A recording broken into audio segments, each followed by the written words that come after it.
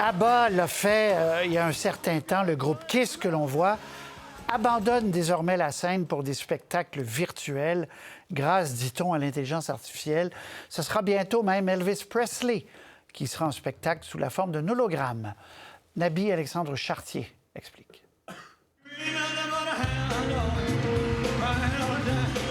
Elvis n'est pas mort, ou plutôt il s'apprête à revivre grâce à la technologie. L'hologramme du King, créé à l'aide de l'intelligence artificielle, se produira pour la première fois à Londres en novembre avant de partir en tournée. Honnêtement, quand on va voir un spectacle dans une grande salle, qu'est-ce qu'on fait déjà?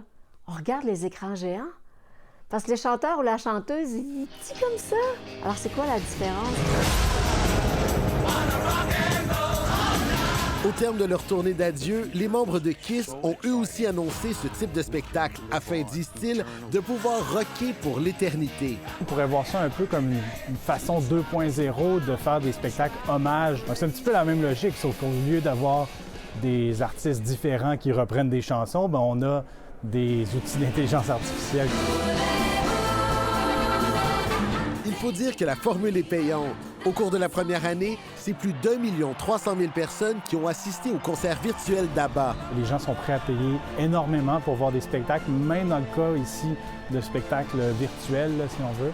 Donc c'est encore ça qui est pas mal le moteur de l'industrie présentement. Et ensuite, les tournées ont même un impact sur l'écoute en ligne. Le concept n'est pas nouveau. L'idée d'hologramme fascine depuis longtemps. La première fois que j'ai vu cette technologie-là, c'était Tupac Shakur, qui était déjà décédé et qui a fait une apparition pendant le spectacle de Snoop Dogg à Coachella. Souvent, on parle d'hologramme, mais à plusieurs reprises, ce qu'on a vu, c'est le Pepper's Ghost. C'est une pellicule transparente, réfléchissante. Et donc ça fait 100 ans que ça existe.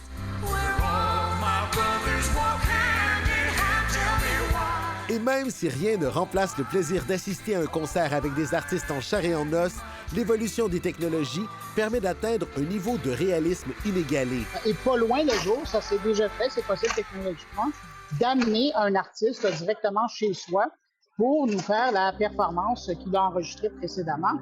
Et ça, puis là, je vous parle pas de porter un casque VR sur la tête, mais d'utiliser des appareils de projection qui pourraient les faire apparaître dans votre salon. Qu'on ait recours à des hologrammes ou à des technologies que l'on ne connaît pas encore, une chose est sûre, la nostalgie n'est pas prête de passer de mode.